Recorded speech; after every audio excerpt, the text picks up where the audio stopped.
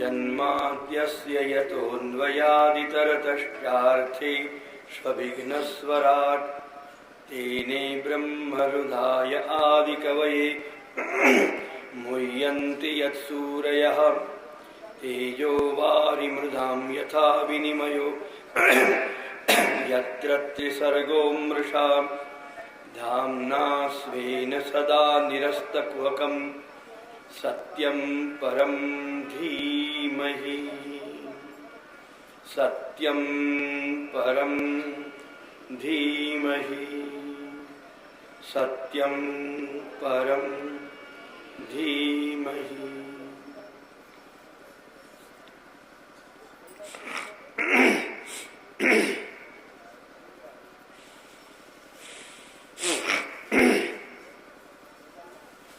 अत्र सर्गो विसर्गश्च स्थानं पोषणमूतयः। चतुर्थ स्कंद की विसर्ग लीला श्रवण करने के पश्चात स्थान लीला पंचम स्कंद का पूर्ण रूप से आपने श्रवण किया। चतुर्थ स्कंद का श्रवण किया। अब स्थान लीला पंचम स्कंद के ऋषभदेव चरित्र पर्यंत की कथा आपने संक्षेप में श्रवण की है। स्थानम नाम स्थिति ही स्थितिर वैकुंठ विजय। श्रीमदाचार्य चरणाज्ञा करते हैं, वैकुंठ भगवान का विजय ही स्थिति यानी स्थान लीला है। स्थान लीला के रूप में अभी कोई भी बीच में गड़बड़ मत करो, एक अक्षर भी बोलो नहीं, पीछे कोई नहीं बोलेगा।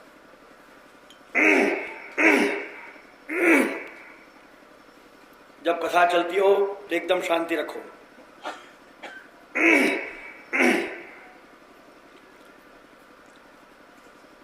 पंचम स्कंद परब्रह्म परमात्मा श्री हरि के विजय का एक बहुत सुंदर लीला का प्रकार है।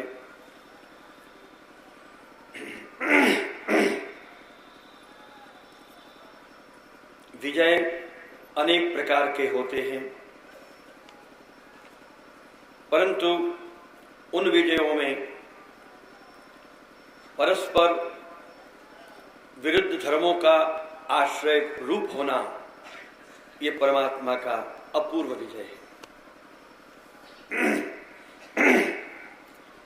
वो परब्रह्म परमात्मा निर्गुण निराकार भी है और वही सगुण साकार है। निर्धर्मक है, वही सधर्मक भी है। दोनों प्रकार एक साथ एक ही समय परमात्मा में विद्यमान होते हैं, इसलिए आप विरुद्ध धर्माश्रयी हैं। परब्रह्म परमात्मा का यह विरुद्ध धर्माश्रयी स्वरूप विश्व में यदि किसी ने भी परिचय कराया तो जगत गुरु श्रीमद् वल्लभाचार्य जी महाप्रभु जी ने ही कराया। और इतना सुंदर सत्य सिद्धांतों को निरूपण करते हुए बताया कि वे परब्रह्म परमात्मा में लौकिक माया मनुष्य का आकार नहीं, इसलिए वे निराकार हैं। उनमें प्रकृति के लौकिक गुण नहीं, इसलिए वे निर्गुण हैं। उनमें माया के और लौकिक धर्म नहीं, इसलिए निर्धर्मक है। परंतु अपने स्वयं के अलौकिक आनंद आकार सहित हैं, इसलिए वो साकार हैं। अपने दिव्य ईश्वरीय गुणों से संपन्न हैं, इसलिए वो सगुण हैं। और अपने दिव्य भगवत धर्मों से विभूषित हैं, इसलिए सधर्मक भी। और इस प्रकार यह विरुद्ध परस्पर कंट्रोवर्सी केवल परमात्मा में ही संभव हो सकती है, मनुष्य में, प्राणियों में नहीं। और ये बात महाप्रभु श्री वल्लभाचार्य जी के शुद्धाद्वैत सिद्धांतों में अप्रतिम विशिष्टता रखती है।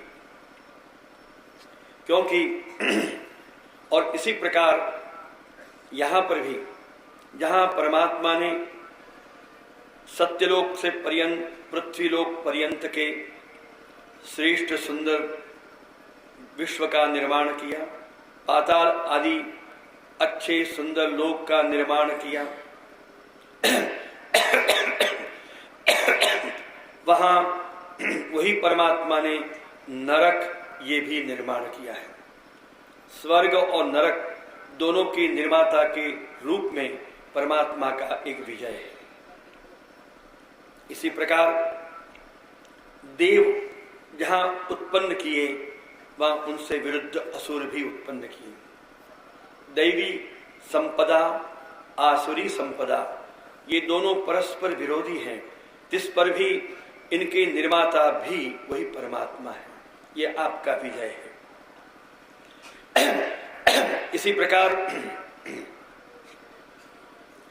केवल अपने सत स्वरूप में स्थित जो अनेक अंश है, उसमें एक अंश से समस्त ब्रह्मांड का निर्माण करना, और जहां निर्माता सृष्टि के सर्जक के रूप में, वहां सृष्टि के संहारक के रूप में भी वही परमात्मा है।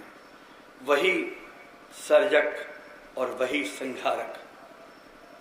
देखिए, ये दो विरोधाभासी धर्म भी परमात्मा में स्थित है। ये आपका विजय है। सर्जन और संहार।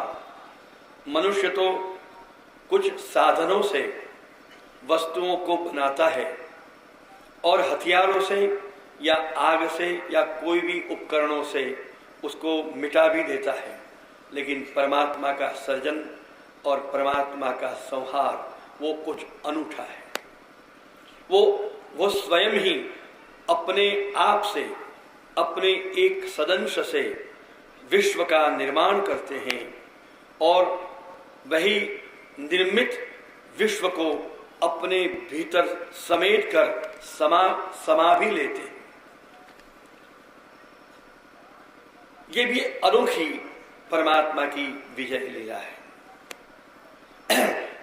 तदात्मानं स्वयं अकुरुत। परंतु माया भी साथ में साथ देती है। जहां सर्जन सर्वेश्वर का होता है, वहां माया उसमें कुछ बातें बनाती है, जिसको कहते हैं अच्छे सुशोभिमान करती हैं, चकाचौंध करती हैं। याद रहे, जो मकान बनता है, जो निर्माण होता है, और निर्माण होने के बाद पूर्ण रूप से उसका निर्माण होने पर मकान ही रहता है। लेकिन उसके पर भी रंग रोगान होते हैं, उसमें फर्नीचर आदि आते हैं, उसमें कई सज्जाएं होती हैं, शोभाएं होती हैं, डेकोरेशन भी होते हैं। ये सब होते तब मकान और भी सुशोभित बन जाता है। लेकिन जब रहने वाला विचार करे कि मुझे इसमें रहना नहीं है, तो इन सब वस्तुओं के साथ लेकर कहीं और दूसरी जगह चला जाता है। तब वो मकान जब निर्माण हुआ था, जब कुछ भी सुशोभन रखा नहीं गया था, तब जैसा हो था ऐसा बन जाता है। तो मकान में तो कोई परिवर्तन नहीं हुआ, वो शोभाएं थी वही मात्र हट गई। शोभाओं का हटने से मकान को कोई आपत्ति नहीं हुई। वो कहता है कि शोभा कर ली तो अच्छी बात है, और शोभा चली गई तो भी अच्छी बात है। मैं तो वही का वही रहूंगा जो पहले था आज भी। सीखना चाहिए ये जड़ मकानों से। तो मकान का निर्माण तो परमात्मा ने किया, लेकिन शोभा सज्जा ये माया ने किया। तो मकान तो बराबर रहा, शोभा सज्जा तो आज है और कल नहीं है। वो तो बिगड़ भी सकती है, मिट भी सकती है। तो माया ये भी काम करती है। क्योंकि लोग माया से मुक्त अधिक होते हैं, तो माया से देव दानव और मानव को सदैव मुग्ध रखना।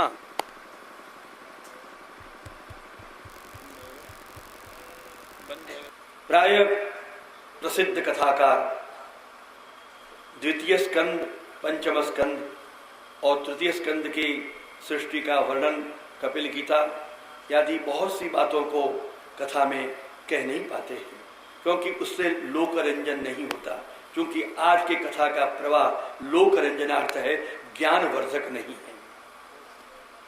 और जो ज्ञानी होते हैं वे उनका प्रयास केवल भगवत ज्ञान का वर्धन करते हुए लोगों को भगवत भक्ति की ओर ले जाना है, जन का रंजन करना नहीं होता। और जो जन रंजन, जो जन यानी जो लोग कथा को भी एक रंजन का साधन समझ के जो आके बैठते हैं, उनके लिए ज्ञानवर्धक इस प्रकार के आयोजन कोई काम के नहीं होते, न उनको उसमें रस ही पड़ता है। तो पंचम स्कंद भी एक बहुत अनूठा स्कंद है और ऋषभ देव जी का चरित्र बहुत सुंदर यहाँ पर संप्राप्त हुआ। शास्त्री जी ने बताया, मैं आपको एक बात बताऊं, जैसे कि पंडित जी ने बताया, हमारे सहवक्ता महोदय ने, कि ऋषभ देव जी को जैनी लोग भी मानते हैं अपने आदिनाथ भगवान के रूप में। कर्नाटक देश में ऋषभ देव जी ने शरीर का त्याग किया तो अरिहंत नाम के एक राजा जो कर्नाटक का था, वो उससे प्रभावित और प्रकार से होकर उसको अपने मन में स्वयं कोई विशिष्ट अन्य धर्म प्रवर्तक के रूप में पूज्य होने का एक स्वप्न आया। ऋषभ देव जी के अवधूत अवस्था को देखा। अवधूत की जो अवस्था होती है, सिद्ध महात्मा योगियों की जो अवस्था होती है, उनकी बात कुछ और होती है।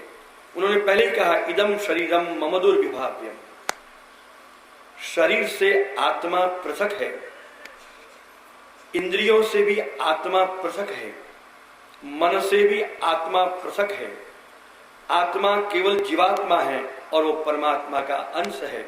इस प्रकार के ज्ञान और इस प्रकार के ज्ञान के साथ हुआ विज्ञान, और विज्ञान जब प्रज्ञान में ढल जाता है तब जीवन मुक्त अवस्था हो जाती है।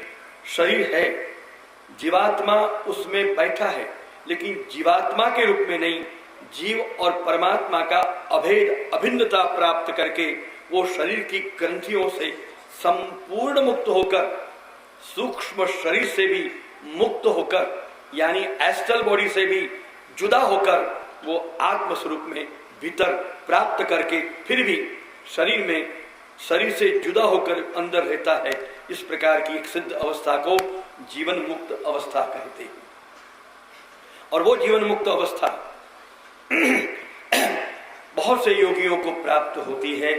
उसी में से एक ऋषभ देव जी भगवान के 24 अवतारों में माने गए। और इस प्रकार की जब अवस्था होती है तो उनका देहाभिमान नष्ट हो जाता है। जब देहाभिमान ही नहीं होता तो देह शरीर की क्या क्रियाकलाप उनका वो उसमें कोई उनका असर नहीं होता। तो जहां उनकी विष्ठाओं में भी सुगंध आती थी,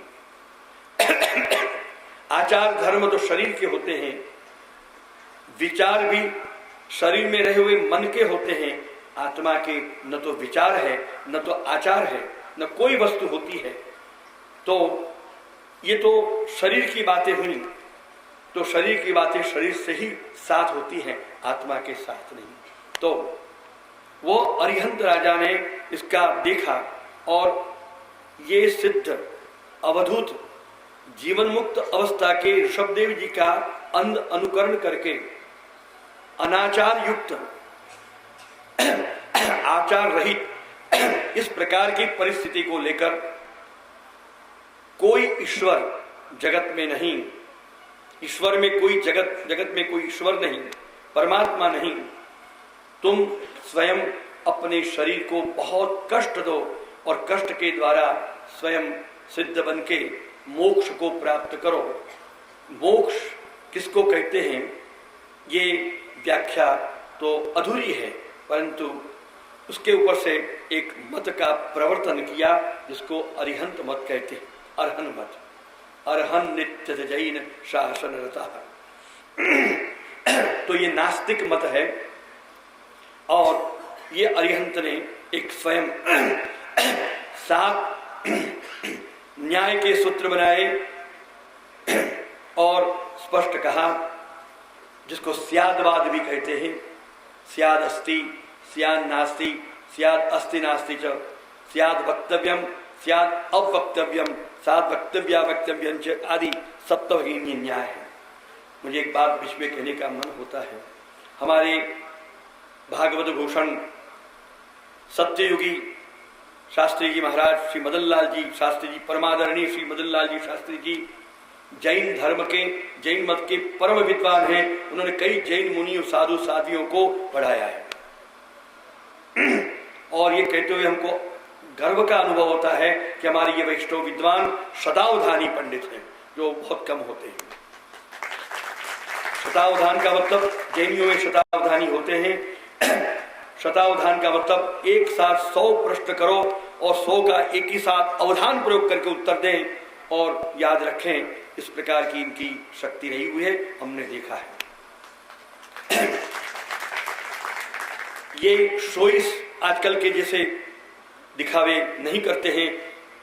जैसे एक अजात शत्रु युधिष्ठिर के लिए कहा गया था और भगवान के परम मित्र सुदामा जी के लिए कहा गया था, शांत, सरल, सत्यवादी, सात्विक, आडंबर रहित, धन के सर्वथा लोलुप नहीं। कोई कथा में भी उनकी धन लालसा कभी हमने देखी नहीं है। और अध्याय के अनुसार अध्याय में सार गर्भित एक एक भागवत के अध्याय छोड़ते नहीं, भागवत की छोड़ते नहीं। ऐसे निष्ठावान प्रमाणिक भागवत के वक्ता है। मैंने 5 सत्रों में जो किसी मृत आत्मा के पीछे बिछाई गई थी, बांस उनमें रखे जाते थे, हम साक्षी हैं।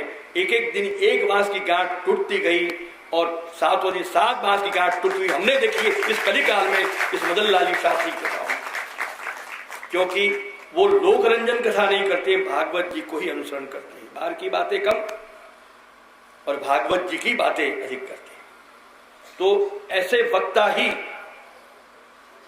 और ऐसे पारायण करता ही पितरों का मोक्ष कर सकते हैं।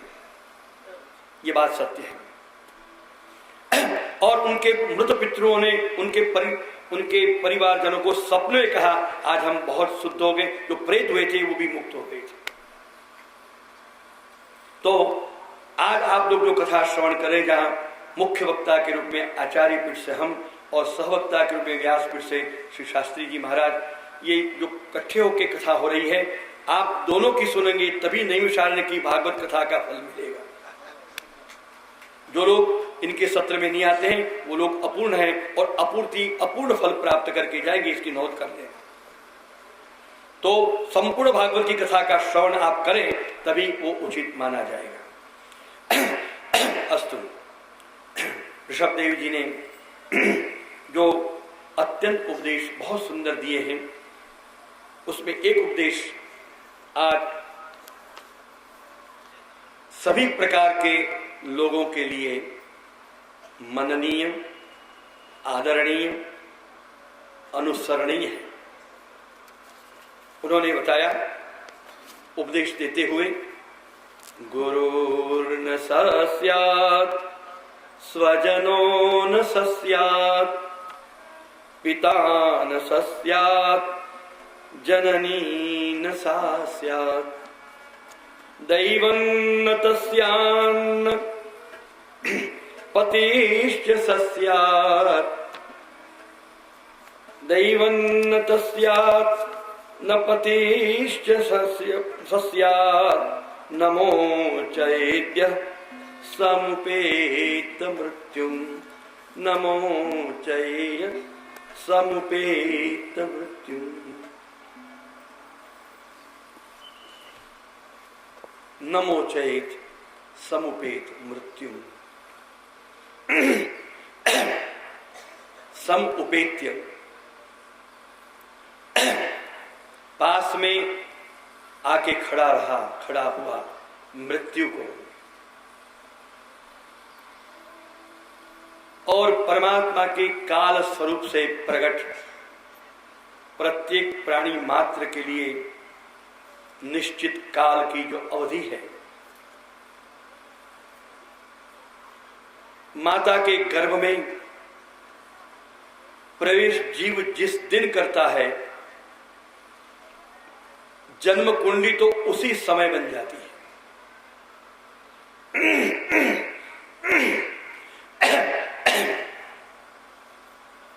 लेकिन कोई ज्योतिषी उस समय की जन्म कुंडली नहीं लिख सकता। लेकिन ऐसे ऐसे ज्योतिषी भी हुए हैं, बहुत कम, लेकिन हजारों में से एक ज्योतिषी थे, आज तो नहीं है, थे, जिन्होंने माता के गर्भ में जब जीव ने प्रवेश किया तत्काल समय नोद करके कुंडली बनाई थी। और वो कुंडली, इसको अभी 100% कहते हैं, 100%, अगर वो कहा जाता 1000%, 1,00,000%, तब भी वो एकदम सही होती है। जीव जब से प्रविष्ट होता है तब से ही उसके भाग्य का निर्माण विधाता कर देती है। और किस दिन, कहां, किस दिन, किस समय, किस क्षण, किस पल उसका देह का छोड़ना होगा, मृत्यु होगी, वो उसी समय लिखा जाता है। विषय नहीं, बात निकली तो कहते हैं। उसके बाद मानव की जन्म कुंडली सूक्ष्म जो होती है, वह जन्म के पूर्व प्रस्रावित जो जल होता है तब जाके कोई लिखता है, तो उसके बाद का वो स्थान माना जाता है। उसके पीछे की बात जो श्रेष्ठ होती है करेक्ट में, जो मस्तक जब बाहर आता है उस समय कोई समय लिख ले, वो आज की पूरा बालक बाहर आने के बाद जो जन्म का तारीख समय लिखते हैं उससे भी अति सूक्ष्म और करेक्ट होती है।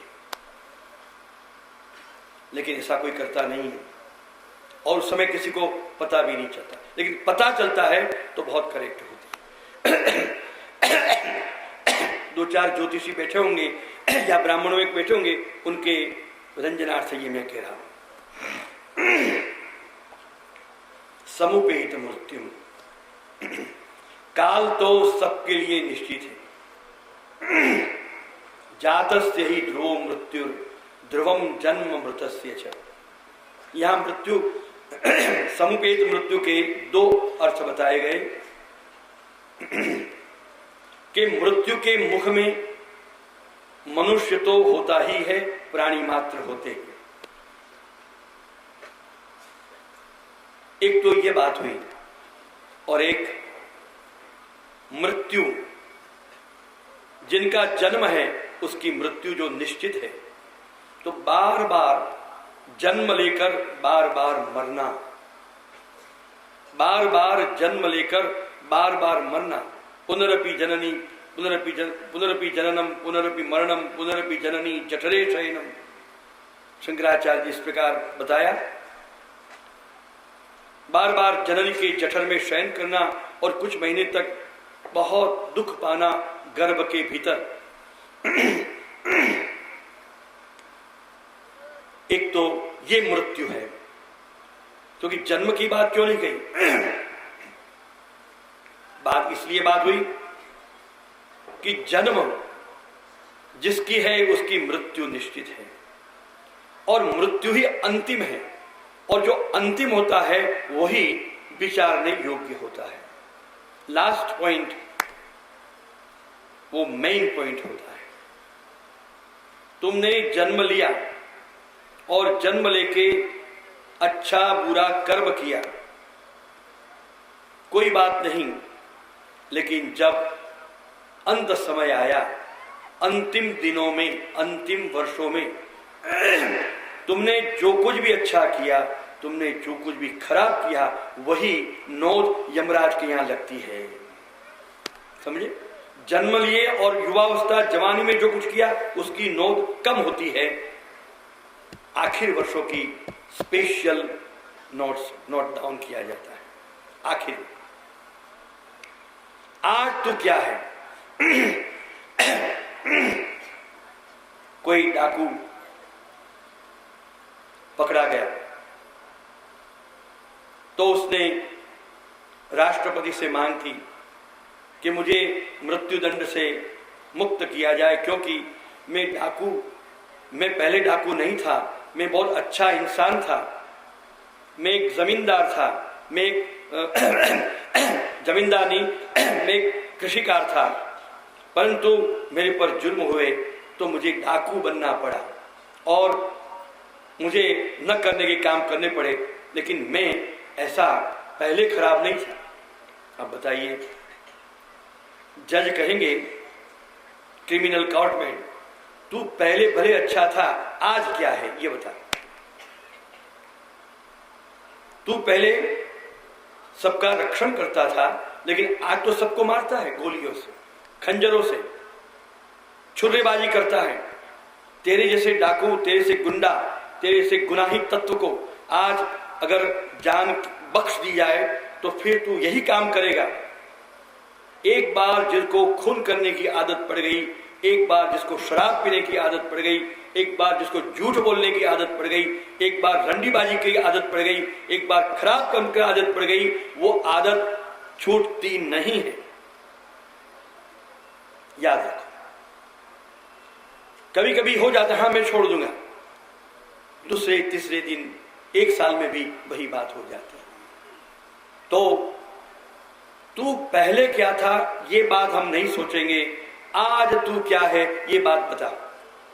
आज तू खूनी है तो सजाए मौत के काबिल है। तो बात हो गई। इसलिए अंतिम बात को महत्व दिया गया। एक खूनी था, एक डाकू था, महात्माओं के संग के प्रभाव और प्रताप से सज्जन बन गया। सज्जन बन गया, सज्जन से भक्त बन गया, भक्त बन गया। पहले कुछ केस थे,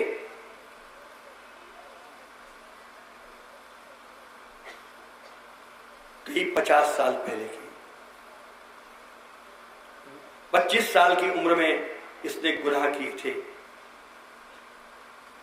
आज 75 साल की उम्र हुई थी, बड़ा संत जैसा आदमी, और पहले की बात रिकॉर्ड से निकली और केस फिर से उभारा गया और समन्स निकला कि ये पहले का चोर उच्चक डाकू आदमी है, इसको वारंट लेके आए और पकड़ के ले गए। जांच की, न्यायाधीश जज रिश्वतखोर नहीं था। जज न्यायाधीश रिश्वतखोर नहीं था, न अमीरों के बिका हुआ था, न अमीरों से बिका हुआ था, न बड़े बड़े मंत्रियों के प्रभाव में था। न्यायपरायण, नीतिपरायण, धर्मराज के न्याय पर चलने वाला था। जुबानी ली, तलाश की, जांच की और उसने बरी कर दिया, क्योंकि उसने कहा वो कल क्या था वो मैं नहीं देखता हूं, आज क्या है मैं देखता हूं। आज वो सच्चा इंसान और भक्त है और रियल सच्चा इंसान है। बात क्या है दोनों, आज तुम क्या हो वो महत्व की बात है। कल की बात करके तुम किसी को झांसा नहीं दे सकते। परमात्मा के घर, यमराज के घर और सत्यनिष्ठ राज्य के घर, जज के यहां पर न्याय ही होता है। तो मृत्यु ये अंतिम अवस्था है। ये मृत्यु और मृत्यु का दूसरा अर्थ है, तीसरा अर्थ बताते हैं, न जन्म और न शरीर को छोड़ना। जीवित अवस्था में जो लोग जी रहे हैं लेकिन अपने आप में ये अनुभव कर रहे हैं कि मैं जीता नहीं, मैं तो मर मर के जीता हूं, मैं मर मर के जीता हूं। शरीर से भी, मन से भी, धन से भी और न जाने अपने कितने कष्टों से भी, अपनी चिंताओं से भी, अपने पश्चाताप से भी, अपने विचारों से भी मैं रोज मरता हूं। मैं जीता नहीं, मर मर के जीता हूं। ये सब बातों को मिलकर एक शब्द बनाया, समुपेत मृत्यु। ये मृत्यु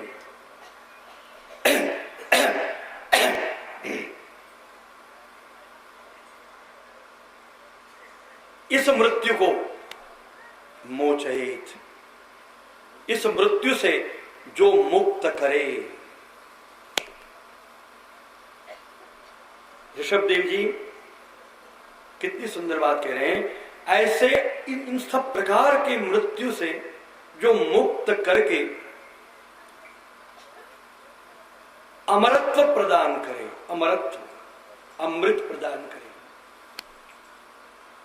शरीर को रखना, युगों तक जीना ही अमरत्व नहीं है।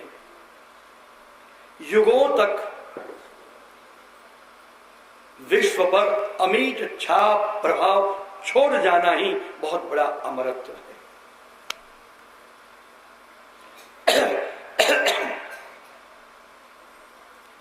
न मैं कभी मरता हूं, न मैं कभी जन्म लेता हूं। जन्म तो शरीर का होता है, मृत्यु तो शरीर की होती है। मैं तो जीवात्मा हूं, न जन्मता हूं न मरता हूं। ये अमरत्व है, यह अनुभूति ही अमरत्व है। गालिब ने लखनऊ में बैठ के कहा था, लखनऊ के मशहूर भारत के एक बहुत तात्विक शायर कवि गालिब, मिर्जा असदुल्लाह खान गालिब, कितनी हमारी इस भारतीय सनातन धर्म की वेदांत फिलॉसफी को एक ही शेर में बताया था, यह मेरी मौत नहीं मेरी कजा की मौत है। यह मेरी मौत नहीं मेरी कजा की मौत है। क्यों डरूं इससे कि मरकर भी मरना नहीं मुझे। क्या बताया? मरकर भी मरना नहीं है मुझे। ये मेरी मृत्यु की मृत्यु है। कितनी सुंदर बात बताई, मेरी मृत्यु की मृत्यु है, फिर मैं क्यों डरूं कि मुझे शरीर छोड़कर भी मरना नहीं है। भगवान गीता में यही तो बात बताई, नैनम छिन्दन्ति शस्त्राणि नैनम दहति पावकः न चैनम क्लेदयन्त्यापो न शोषयति मारुतः अच्छेद्यो यमदायो यम अक्लेद्यो शोष एव च नित्यः सर्वगतस्थाणु अचलोयम सनातन ममैवांशो जीवलोके जीवभूतः सनातन। ये जीवात्मा मेरा सनातन अंश है और मेरा सनातन अंश होने के नाते वो मेरा ही एक रूप है। और यही बात सुंदर रूप से जब बताई गई, यही अमरत्व की बात है। ऐसा अमरत्व कौन दे सकता है?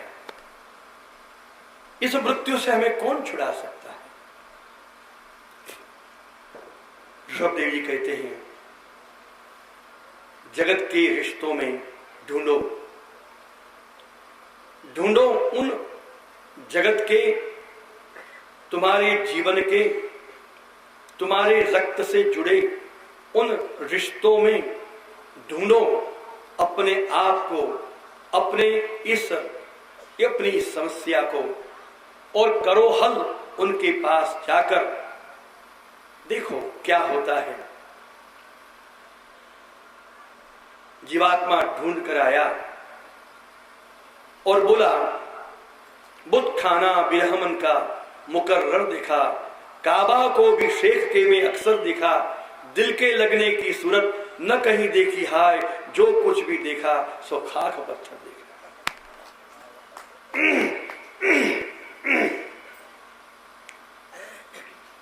खाक पत्थर देखा। याद रहे, जगत जगदीश का सदंश है और सदंश होने के नाते वो जगदीश का ही रूप है। जीवात्मा चिदंश है तो चिदंश के नाते वो जगदीश का ही रूप है। लेकिन सत और चित्त में, सत और चित्त के साथ एक तीसरा तत्व भी जो परमात्मा का एक तत्व है जिसको आनंद भी कहते हैं। सत चित आनंद, तो परमात्मा है सच्चिदानंद। सच्चिदानंद तीन शब्द जब जुड़ते हैं तब ईश्वर का एक रूप हमारे सामने है। तो सदंश और चिदंश, लेकिन उसमें से एक तत्व आनंद अंश जो गुप्त हो गया है, तिरोहित हुआ है, नष्ट नहीं। एक वस्तु खत्म होना और एक वस्तु अदृष्ट होना, उसमें फर्क होता है। देखिए, आप सबको मैं जादू का भी खेल नहीं कर रहा हूं, ध्यान में रखना। ये मेरे हाथ में गुलाब के पुष्प हैं, आप सबको दिख रहे हैं। अब देखो, ये मेरे हाथ में मैंने मुट्ठी में कर लिए, आपको दिखता है? गुलाब के पुष्प मेरी मुट्ठी दिखती है। देखो, ये दिखा? ये मेरे जादू का खेल नहीं, न कोई हाथ चालाकी। ये परमात्मा का हाथ इतना बड़ा है, पूरा 14 ब्रह्मांड उनके ऐसे खोलने पर तो खुल जाता है, दिखता है, और उसको ऐसे बंद करने पर वो भीतर चला जाता है और किसी को दिखता नहीं। तो भीतर चला गया, उसका मतलब खत्म तो नहीं हुआ। समझ गया? खत्म नहीं हुआ, दिखता बंद हुआ। यानी प्रलय हुआ तो दिखता बंद हुआ, फिर सृष्टि का सर्जन हुआ तो दिखता हो गया। ये सर्जन और ये विसर्जन, तो सर्जन और विसर्जन ये परमात्मा की एक अनूठी लीला जो हमने पहले ही बताई। तो इस परमात्मा की लीला में तिरोधान, तिरोहित, आविर्भाव और तिरोभाव। आविर्भाव का अर्थ होता है जो वस्तु गुप्त है, छुपी हुई है, वो बाहर अनायास प्रकट हो जाए, उसको आविर्भाव कहते हैं। जो थी, जो दिखती नहीं, उसको ही बाहर लाना, वो आविर्भाव है। और जो वस्तु है वो नष्ट नहीं हुई, दिखती बंद हो गई, उसको तिरोभाव कहते हैं।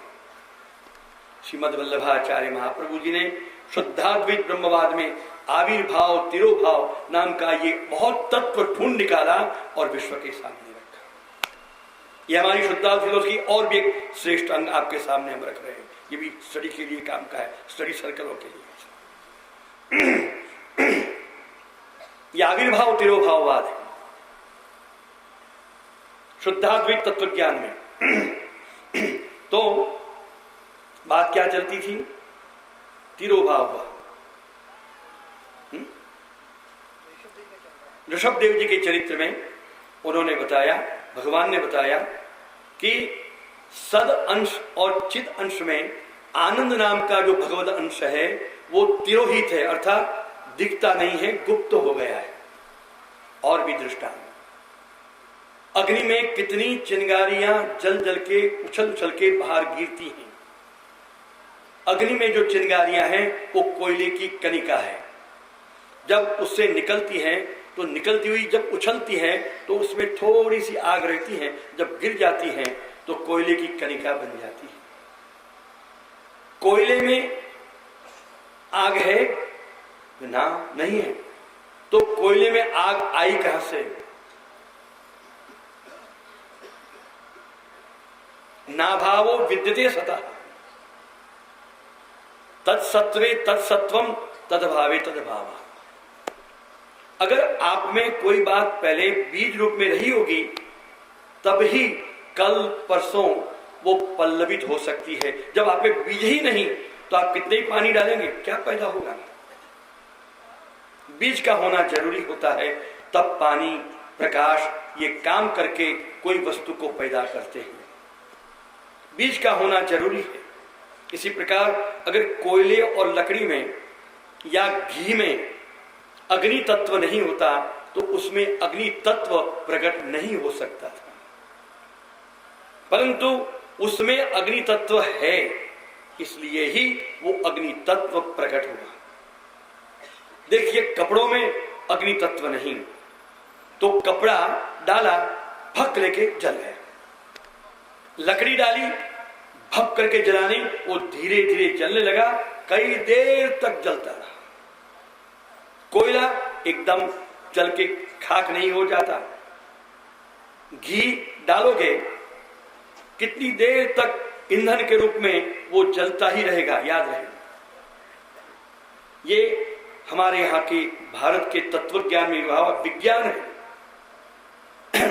तो ये सत चित परमात्मा के ही प्रमुख गुण होते हुए भी उनका सबसे अहम मूल प्रमुख जो गुण है वो आनंद स्वरूप का है। वो आनंद अंश सदंश जगत से गुप्त है, लुप्त है, और चित स्वरूप चिदंश मनुष्य में से, प्राणियों से लुप्त है। इसलिए उनको मैं ईश्वर का अनुभव में नहीं कर पाता हूं, और जगत में जड़ता दिखती है और प्राणी मात्र में पामरता। इसलिए वो समझता है कि मैं मरता हूं, मैं जन्मता हूं। ये साफ बात है। तो ऋषभदेव जी ने बताया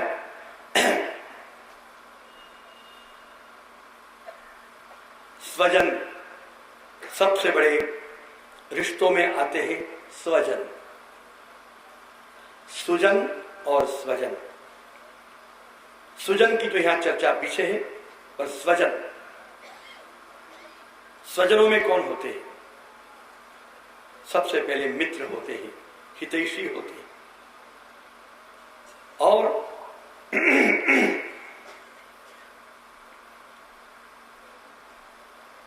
जिस पर हमारा बहुत बड़ा विश्वास होता है। जो विश्वस्त लोग होते हैं वफादार होते हैं, और विश्वस्त होकर जो वफादार होते हैं और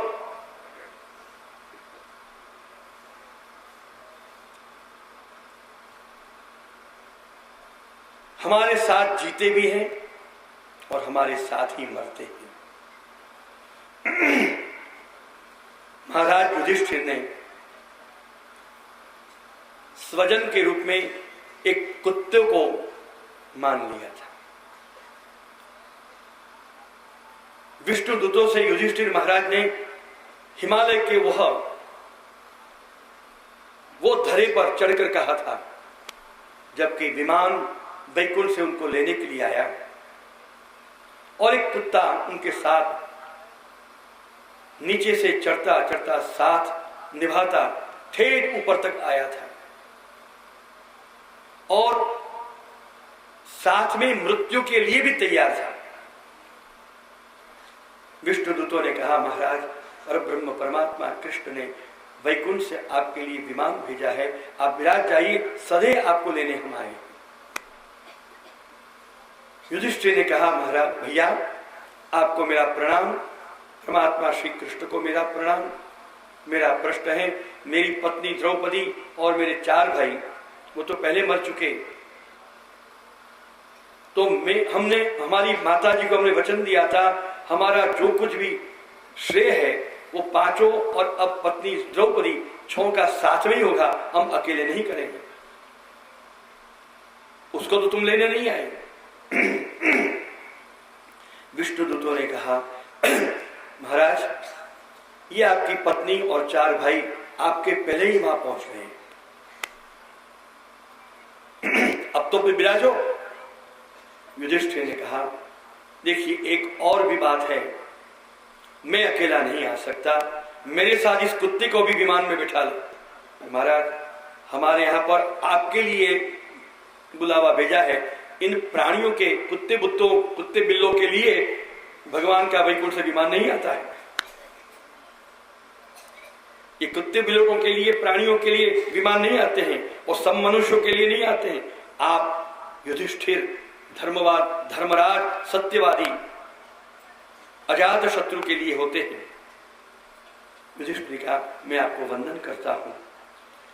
चाहे मुझे वैकुंठ नहीं आऊंगा तो चलेगा, मुझे वैकुंठ नहीं चाहिए, पर मेरे कुत्ते के बगैर मैं वैकुंठ नहीं आ सकता हूं, मैं यहीं पर रह जाऊंगा। देखिए युधिष्ठिर की इस बात से आजकल की जो हमारी भारत की गौ संस्कृति थी और भारत के बाहर आज डॉग कल्चर जो हो गया है, कैट कल्चर जो हो गया है, गाय का पालन आज हिंदू नहीं करता, वो कुत्ते बिलोटा का पालन प्रदेश जाके हिंदू भी बहुत करने लग गए और वहां का प्रभाव पश्चिम से पूर्व में भी इतना आ थमका कि अब हमारे भारत में भी बड़े बड़े घरों में कुत्ते बिलोटे का ही बोलबाला है। गौ पूजा तो कहां जाना, कहां दूर चली गई। गौएं तो गौशाला में चली गई, बहुत तो गोदान कर दिया, घास का चारा दे दिया, लेकिन पालन, गौ पालन नहीं, पालन तो कुत्तों का पालन और बिलोटे का पालन शुरू हो गया। सच बात है कि नहीं? तो इससे ये मतलब नहीं लेना है कि युधिष्ठिर ने कुत्तों का इतना महत्व दिया तो वो समय युधिष्ठिर से आया है, या आप मत समझ। बात ये थी कि 5 पांडव हिमालय में वो मोक्ष धरा है, वहां पर वो एक ही जगह ऐसी है कि वहां कूद के जो मृत्यु प्राप्त करता है उसको मोक्ष मिलता है। ऐसी मान्यता परापूर्व से चली आई थी और सही भी थी। आज की जब तुम कूद पड़ोगे तो भूत प्रेत हो जाओगे, वो तो उस जमाने की बात थी, वो जमाने साथ चली गई। क्योंकि बहुत बातें ऐसी होती हैं, वो स्थल भी नहीं रहे, वो पावन भी रहे। आज जैसे मैं निंदा क्यों नहीं, आज सब कहते कुंड कुंड चरणामृत ले अपनो जन्म सफल। जब वो कुंड बने होंगे, उन कुंडों में उन आदिदेवी भाव होगा, स्वरूप होगा। जब कोई काई भी नहीं होगी, जल निर्मल होगा, तब तो वो कुंड कुंड चरणामृत ले, ये बात आई थी। आज के युग में, आज के इन कुंडों में तुम चरणामृत लाओगे, कितने जीव जंतु, काई, और हाइजीनिक पॉइंट ऑफ व्यू से देखा जाए तो वो कुंड कुंड चरणामृत ले, वो बात अब नहीं रही। अब तो कुंड कुंड चरणामृत ले नहीं, कुंड कुंड नमस्कार कर ले और अपनो जन्म सफल कर ले। आप समझ गए? फिर भी अगर कुंड कुंड चरणामृत ले, यह अंधविश्वास का, क्योंकि इससे निश्चित रोग को प्राप्त होना है। क्योंकि आज के तीर्थ महाप्रभु श्री वल्लभाचार्य जी ने कृष्णाष्टमी में बोल दिया, म्लेच्छा क्रांतेषु देशेषु पापैक निलेषु च, और फिर गंगा दितीर्थवर्येषु दुष्टैरेवा व्रतेषु तिरोहितादिदैवी। उन तीर्थों का आदिदैविक महात्म्य तो कब का तिरोहित हो गया है। क्योंकि बात निकली तो कहते हैं, बीच में याद है, बात निकलो कहते हैं, कृष्णाष्टमी की बात आई। इन तीर्थों ने परमात्मा से प्रश्न पूछा, महाराज आपने ने एक तो पावन कर दिया, अभी तो कोई पापी है ही नहीं, पुण्यात्मा ही आते हैं, और अब हमारे तीर्थों में स्नान करके, पूजन करके, तीर्थ यात्रा करके अपने पुण्य को भी हमको दे जाते हैं। महाराज अब कलयुग घोर आ रहा है, उसमें 90% तो पापी होंगे और 10% पुण्यशाली होंगे। तो ये हमारे तीर्थों में आकर अपनी पाप की गठरियां, यानी अब वो रिटेल वाली बात नहीं रहेगी, अब तो होलसेल वाली बात रहेगी। होलसेल पाप को होलसेल में छोड़ देंगे और हम तीर्थ लोग इतने पाप से दब जाएंगे। महाराज हम तो खबर रहे हैं कलयुग के प्रताप से, अब क्या करना। भगवान ने कहा ठीक बात है, सब तीर्थों के लिए कहा। देखो, जब घोर कलिकाल आएगा तब तुम उन तीर्थों में से तुम्हारा जो आदिदेविक स्वरूप है वो तिरोहित कर लेना, गुप्त हो जाना। तो वो जो थल या जल होंगे वो केवल थल ही रहेंगे, केवल जल ही रहेगा, उसमें उद्धार करने की, कल्याण करने की क्षमता नहीं रहेगी।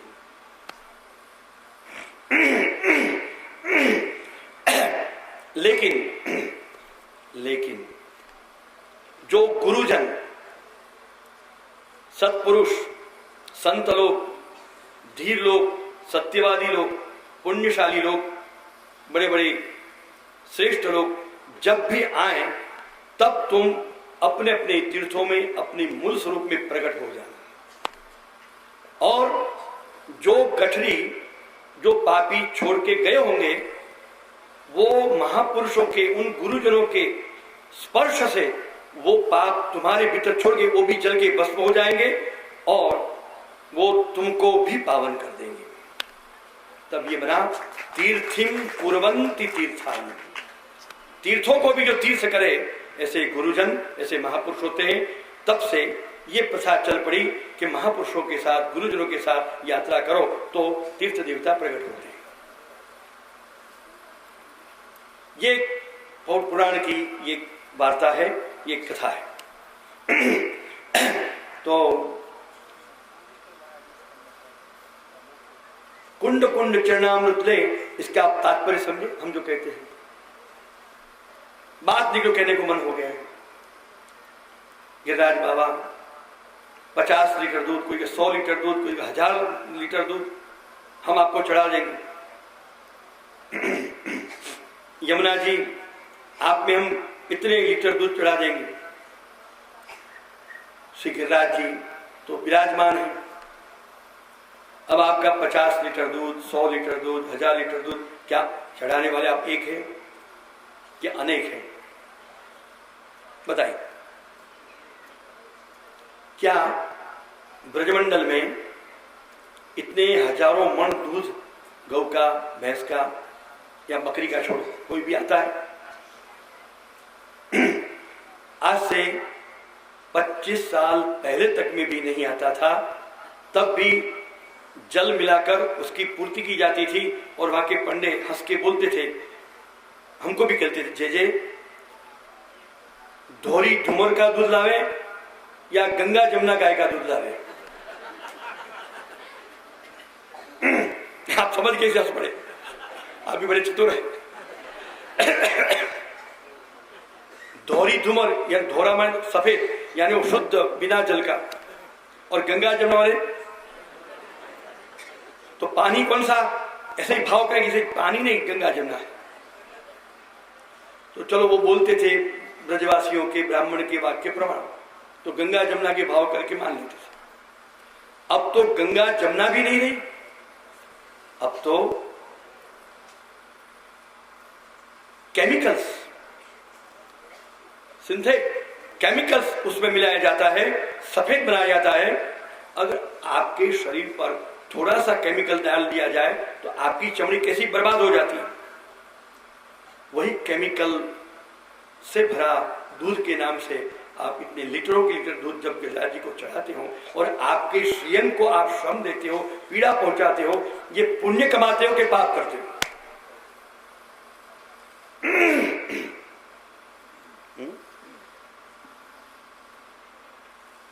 अंधश्रद्धा ये गलत चीज है।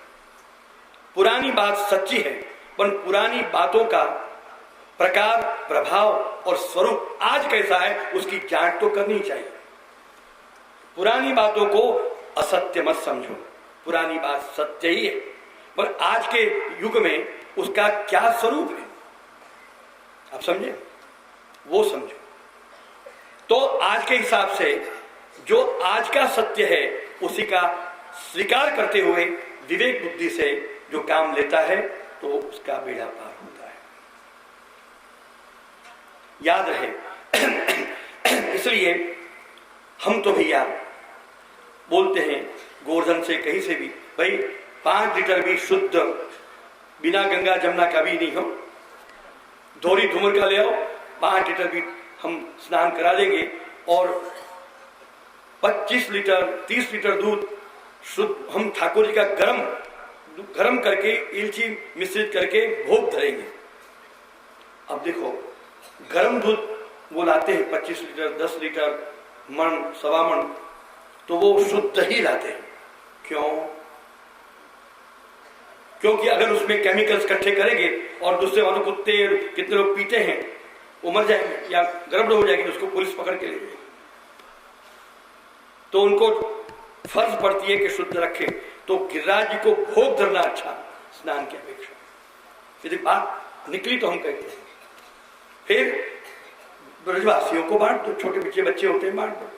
आज के युग में यो भी दूध बहकर किसी के काम में ना आए, जहाँ एक एक दूध के बूंद के लिए आज का बच्चा तरसता है, सबको पोषण तत्व नहीं मिलता है, तो आज के युग में यह भी विचार करना चाहिए।